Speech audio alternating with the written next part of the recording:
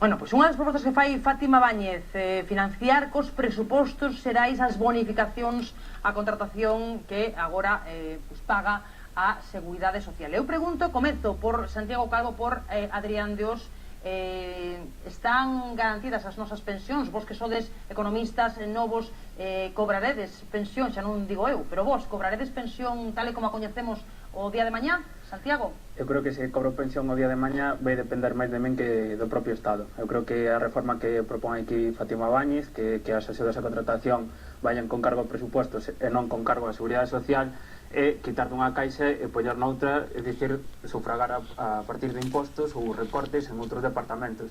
Non é ningún un apaño, vamos, non é unha solución ao problema que temos, que do sistema en xeral non é que dentro do tema do problema demográfico, ningún problema de que o sistema funciona mal porque hai poucos empregados. O paro está reducíndose, estamos vendo que está reducíndose, os soldos están incrementándose nos últimos anos. Entón este non é o problema, o problema demográfico, é un problema do sistema de pensións de reparto. Bueno, pois Santiago, que se cobra pensións dependerá del, non sei se fala dos fondos de pensión, entendo que sí, que a cousa vai por aí. Adrián Dios, que cree? Que cobrará pensión ou non? Sí, eu o que teño claro que non vou a cobrar a pensión máxima, seguro, despois da última reforma do Partido Popular, 35 anos cotizados, eu con 26, sigo estudando, teño bolsas que non me dan acceso a cotización da Seguridade Social, probablemente non poida cotizar cando menos a totalidade, non? E iso é produto dunha reforma que fixo o PP nos últimos anos.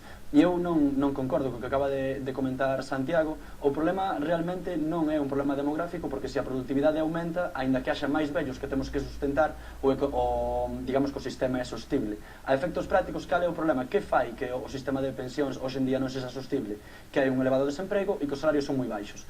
Si somos capaces de actuar sobre esas dúas variables, nós temos a capacidade de que o modelo sea sustentable. Pero o modelo económico que nos queda despois da crise, elevado desemprego e uns salarios moi baixos, moi precarios e con unhas cotizacións moi pequeniñas, impiden que poida seguir funcionando o sistema actual, que dende logo é un sistema moito máis redistributivo e moito máis xusto para que a xente poida ter unha vida digna, que é o importante no sistema de pensións.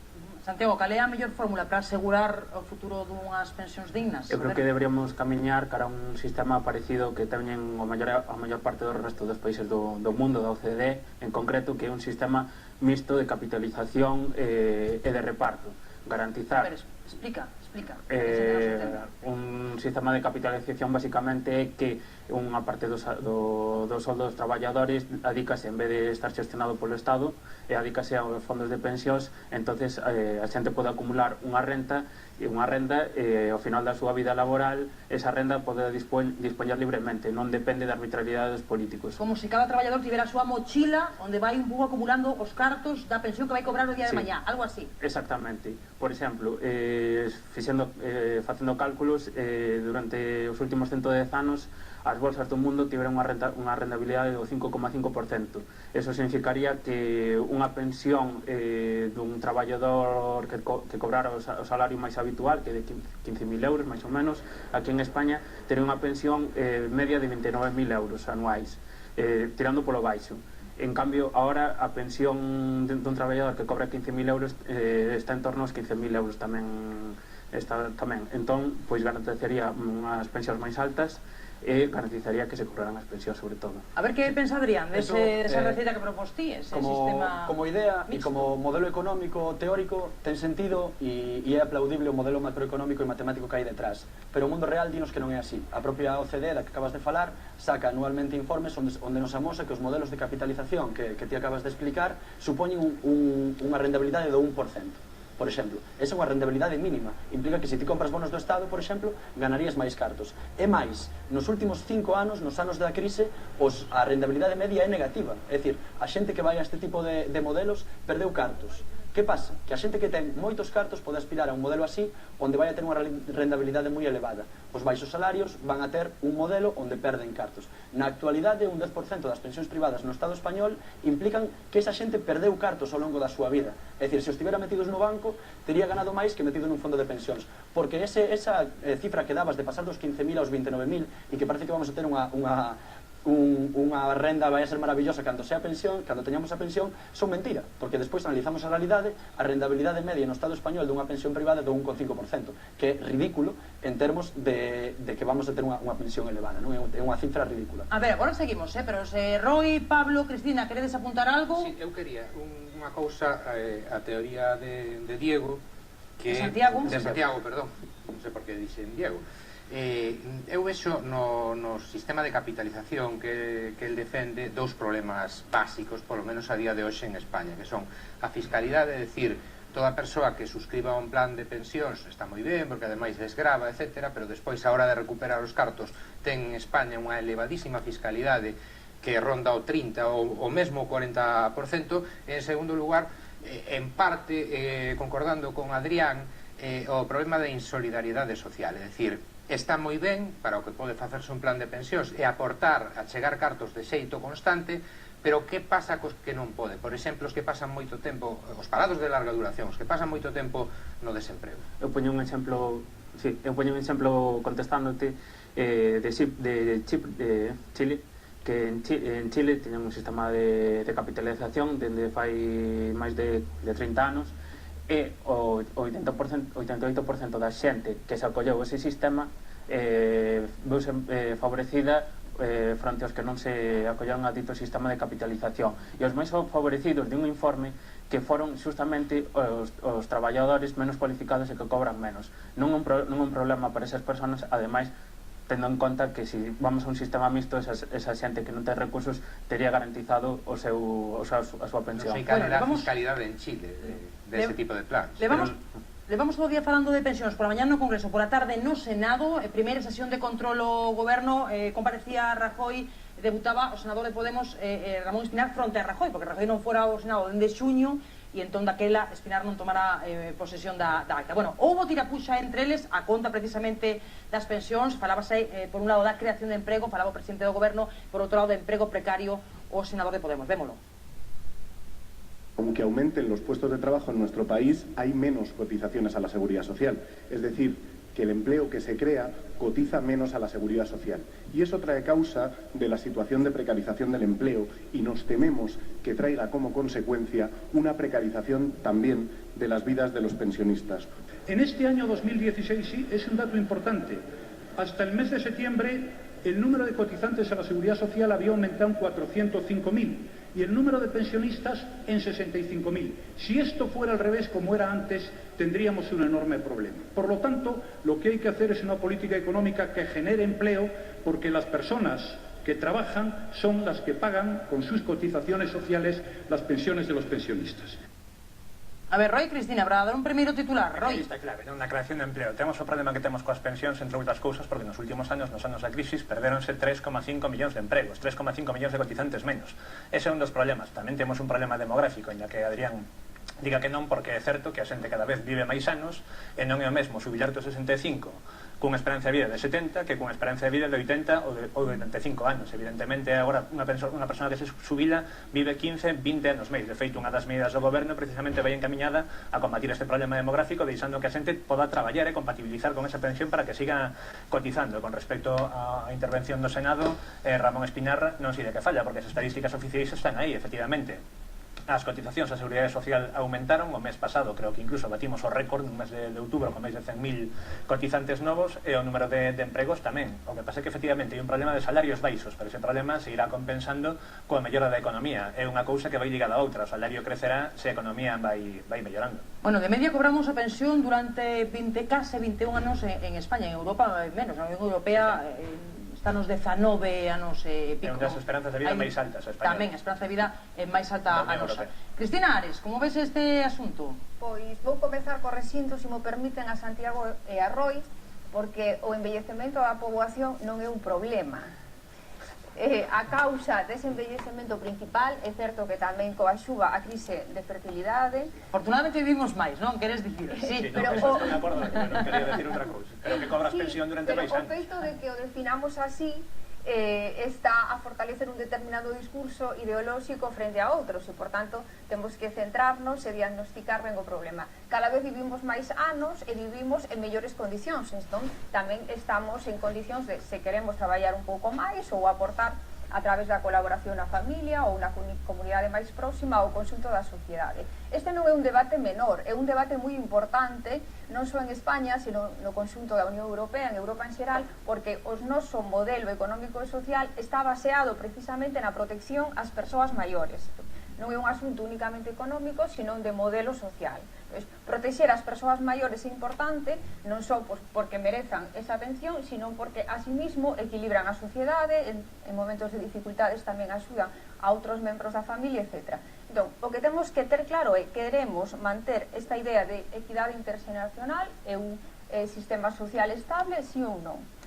Creo que a día de hoxe, a pesar de que hai unha grande contaminación ideolóxica por parte deste discurso neoliberal que ven dos Estados Unidos de América, un modelo totalmente diferente ao noso, a maior parte da sociedade española e europea en xeral está a favor, e as propias institucións da Unión Europea, de manter a protección ás persoas maiores. Entón, o que temos é que adaptar o modelo a como é agora mesmo o mercado laboral e como é a sociedade demográficamente. Nada máis. Bueno, a corrección aceptámola, Santiago, ten o seu sentido, non? Bueno, eu non creo que sexa equidade interxeneracional que dende fai 30 anos levamos quebra tras quebra no sistema de pensións. Falo de quebras, por exemplo, antes podíamos jubilarnos aos 65 anos e agora 67 anos. Falo de quebra cando antes tomábase como salario de referencia o salario dos últimos 2 anos cotizados e agora temos os dos últimos 25 anos, o que había que traballar durante 10 anos para poder obter o 100% do que nos correspondería como pensionista, e agora hai que traballar durante 37 anos mínimo. Ese é a equidade interxeneracional? Eu creo que non. Porque afortunadamente agora vivimos 20 anos máis despois de xubilados e no pasado non era así. Entón, isto é unha adaptación, entendo que mínima, para poder garantir o sistema, pero non falaría en ningún caso de quebra. Onde está a quebra? A quebra en que está continuamente incumplindo o compromiso cos pensionistas.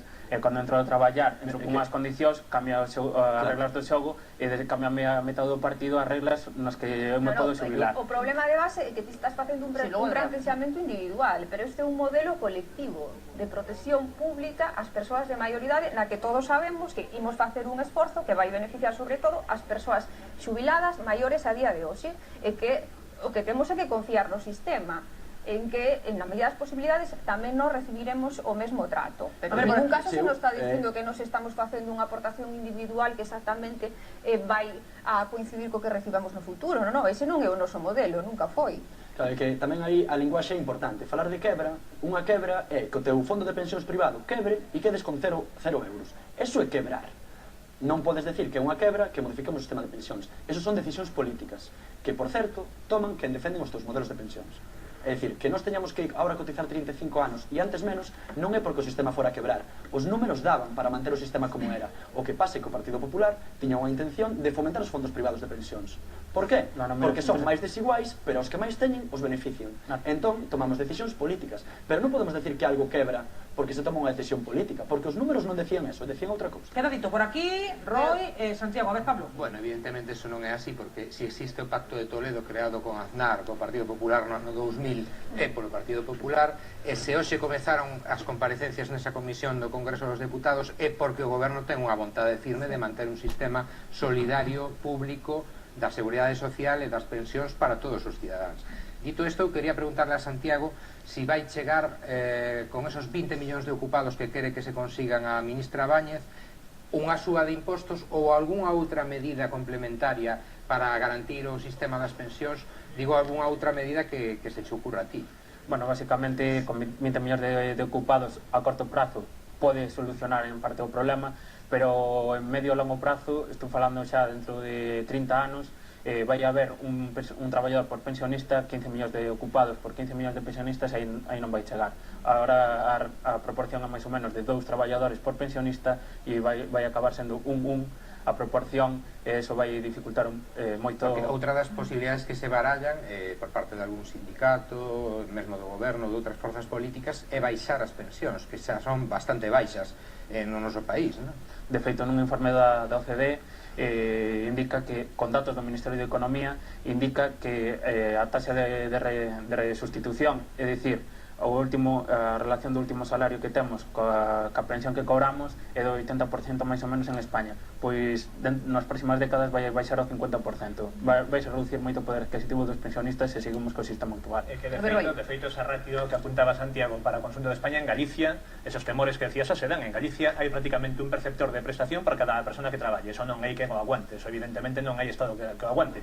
E con respecto ao que decía desde os modelos de capitalización e de reparto mixtos, hai democracias como as nórdicas, tampouco sospeitosas dese modelo neoliberal do que falades, que xa teñen ese sistema. Entón realmente do que se trate de non facer o mellor descansar todo sobre o Estado, senón que se podan artellar fórmulas como por exemplo que as propias empresas abran unha conta para os traballadores onde vayan acumulando parte do que van percibir despois de pensión e que eso poda saltar dunha empresa a outra empresa según ti te vayas movendo. Non creo que eso sexa unha fórmula, digamos, que deixe tirado a ninguén, nin que sexa un problema para as persoas maiores, é un complemento para non chegar con pensións, como decíades, que van ser pois posiblemente moi baixas. Pero de darse ese modelo ROI, ao mellor, en vez dun pacto de Toledo, que teñamos que tener é un fondo para as persoas, por exemplo, en Chile, que dicías ti, o 12% restante que non consigue suscribir un pacto, o sea, un fondo de pensións ou achegar cartos a ese fondo de xeito continuado. Non, pero falo das propias empresas que creen ese fondo para ti mesmo, por exemplo. Sí, pero falo de medidas compensatorias solidarias. Veremos como evoluciona este debate, nos seguiremos abordando aquí na área pública. Hoxe vamos seguir, aproveitando que está aquí aínda Santiago Calvo, falando de orzamentos, que outros asuntos que temos en riba da mesa, e hoxe confirmaba Rajoy que non ten previsto, falando de impostos, que non ten previsto subir o IRPF nin o IBE, non? E dicía que manterá as políticas de control do gasto, despois de que Ciudadanos anunciara onte que o teito de gasto do ano que ven ia ser superior o deste. Tiña hoxe Rajoy unha reunión cos senadores do PP e dixo antes dese encontro que é imposible cumprir co déficit mentre se aumenta o gasto e se reducen os ingresos, non é? Reiterou que vai respetar o acordado con Europa porque iso xera confianza e isto axuda a que haxa crecemento e a que haxa emprego. Cumplir el déficit, cumplir nuestros compromisos con Europa, eso es lo que nos da confianza, lo que genera credibilidad y lo que ha servido para que tengamos crecimiento económico y empleo. En segundo lugar, habrá que controlar el gasto público y en tercer lugar, pues yo no tengo intención de subir al menos desde luego los grandes impuestos, como ya dije en campaña, el IRPF y el impuesto del valor añadido. Bueno, iso Rajoy falaba tamén o voceiro da xestora do PSOE, dicía que non van negociar os orzamentos, pero sí negociarían o teito de gasto sempre que se permita un maior déficit ás comunidades autónomas.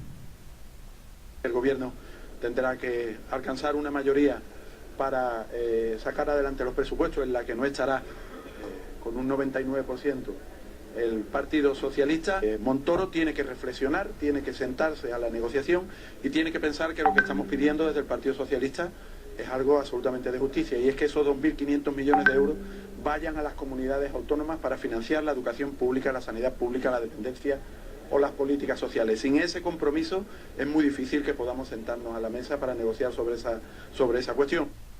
Bueno, o PSOE que non quere negociar os orzamentos, o teito de gasto de Ciudadanos, que tamén enterza no debate e que tamén pon as súas condicións para negociar esas contas.